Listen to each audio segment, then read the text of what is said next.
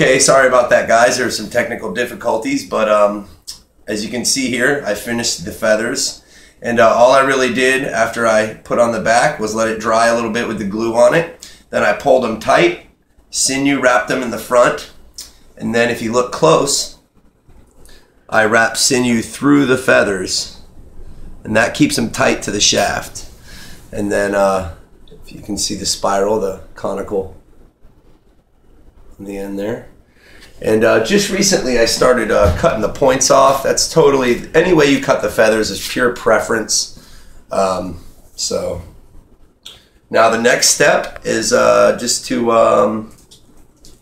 I may wrap some more sinew right below the knock here, just to make sure that it doesn't split or break. But I don't have to do that right now. The next step I'm going to start working on is the point of the arrow. Okay.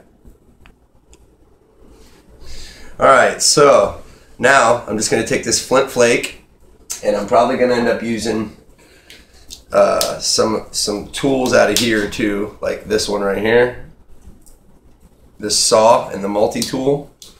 But to start it off, I'm going to use the flint flake to cut the groove for the arrowhead. And like I spoke about before, I already flattened it out on two sides. That makes it much easier to cut on. It's easier to cut on flat than it is on round.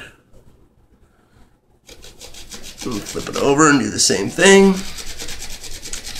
And you know, it's funny because with modern tools, it actually takes longer to do this.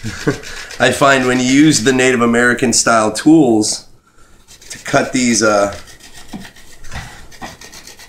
grooves in the wood, it's way faster. And if I had a thinner knife, it would even go faster. But it's almost done already, and you know, with a regular knife or even a hacksaw, this would have taken longer than that. I'm going to go ahead and finish it up with this saw on the multi-tool. I saw a 180-year-old arrow yesterday on a DVD that I bought from Medicine Bow Woods, and he was investigating it, and the 180-year-old arrow actually didn't have a groove cut or carved at all. It was split and had a metal arrowhead put in it. Okay. All right, so now we're gonna we're putting the point in. I've carved out the knock for the point, and I went ahead and I flipped it around a couple of different ways and checked out which way I think it would look the best in there. It's always a good idea to do that, because points are never perfectly straight, stone points. And so what I did on this side is I took my knife and I carved it down to the point. This way you don't have anything impeding your penetration. And you want it to be a real good smooth transition, like that. If you can see the bottom there, see how it just runs nice and smooth. So now I'm going to do the same thing on the top, and it's real straightforward. Just very gently carve it down. And you don't have to do it with a point in it, but I find that it helps. Sometimes if you try to do it without the point in it, you can break the tip of the arrow.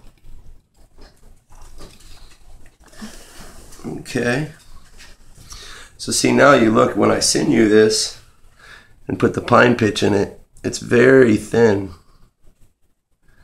And it's gonna hold that arrowhead just real nice, and it's gonna be really nice. Okay. Okay, so what I'm doing now is I'm using some pine pitch mixed with beeswax, and I'm just heating it up, and then I'm just gonna work it into the nocks, the point, the groove that I made for the point.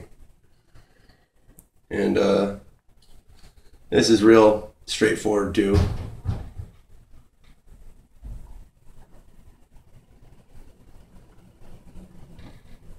And you just get it in there real good. And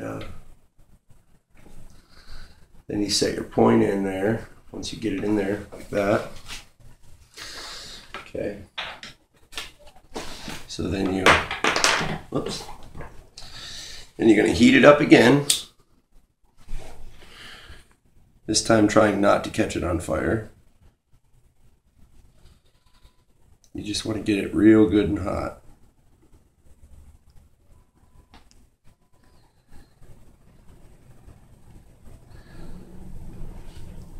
And then you want to stick your point into the gooey goo goo woo woo woo.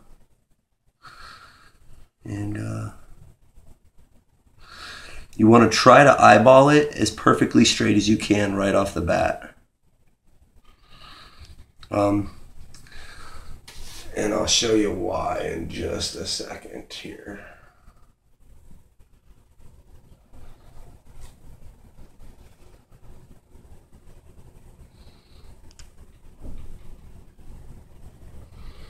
Now this point, it's a nice thin point, but it's a little twisty, kind of like it's got a slight amount of like barber pole twist to it. So I'm going to go ahead and drip a little bit more of this pitch on here. And then I'm going to show you guys something really cool.